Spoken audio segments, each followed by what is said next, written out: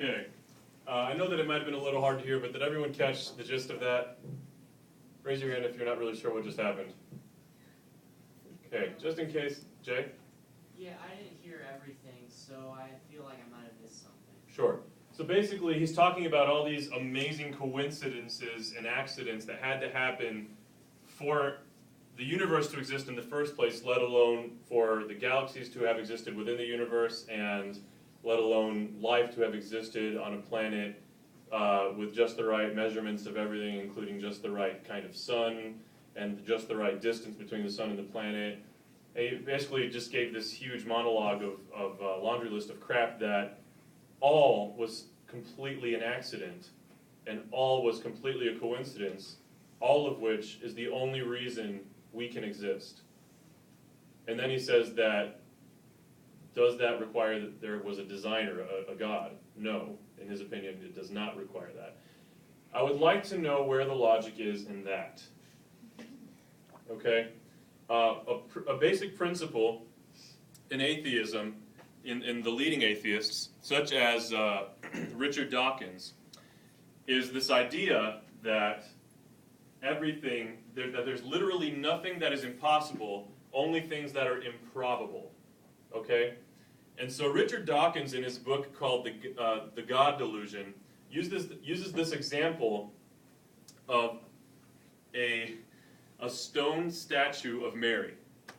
And he says, and this is like one of the most respected atheists in the world, okay?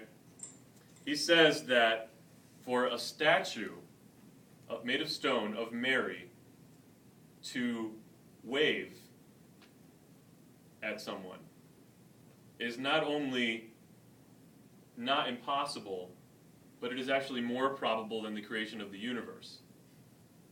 And first of all, what the heck does that even mean?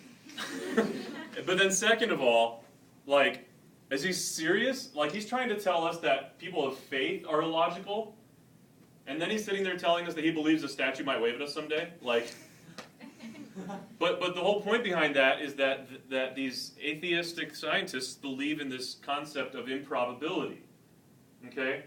And because that they believe that the universe had like this 1 in gazillion chance of creating itself, that it actually had to happen eventually. And that's why the universe was created. That's the answer. That's what Richard Dawkins would say. Okay? So who's the more logical person? Someone that sees a statue wave at them and is like, a miracle. Or someone that sees the statue wave at them and says, right, that was a coincidence. Right? Okay, so that just blows my mind. And then this other concept related to that is I wanted to have some dominoes with me today, but I forgot to bring dominoes, and aside from that, I probably couldn't have used the altar for that. But I wanted to put some dominoes in a row, and then I wanted to sort of wait for them to knock themselves over. Okay? Because according to an atheist, that can happen without any instigation by gravity or vibration or someone knocking it over. Those dominoes eventually, because of the laws of statistics, will knock themselves over eventually. Just because. Because that's what logic says. Well, I don't have dominoes with you, but that test would have shown that that's not the case. We could have waited here a million years, those dominoes would have never knocked themselves over. Okay? Somebody or something with a will to knock those dominoes over must knock those dominoes over for them to get knocked over. Does that make sense? Okay? Nothing that didn't have a will to move those dominoes would have been able to do that. Does that make sense? Okay.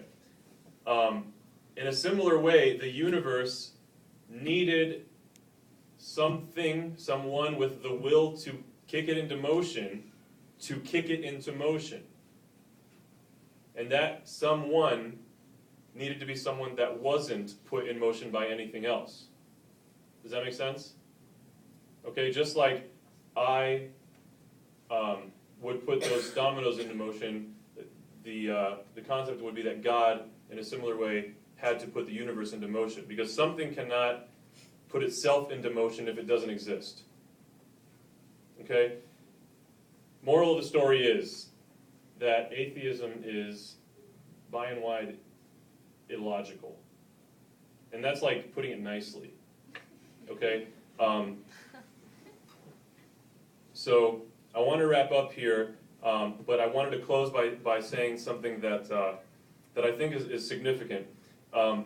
So once we get to the point that we have faith, once we get to the point that we are developing this relationship with God and with each other in God, we're going to church, whatever, we can get into this place where we are actually practicing practical atheism. Okay? Some of you in here might know what that is. I know that some of you do for a fact. Practical atheism, what is that? Practical atheism is that despite what you think you believe, in practice, you are living atheistically, essentially. Okay? What do I mean by that? I mean that I go to church, I go to Mass, and then I go home to find out that my checkbook or my checking account is bounced. I go into despair. I had just been to Mass, worshiping the Lord, the God of the universe, receiving Him into me, and then I go into despair because I find out that my checking account has bounced.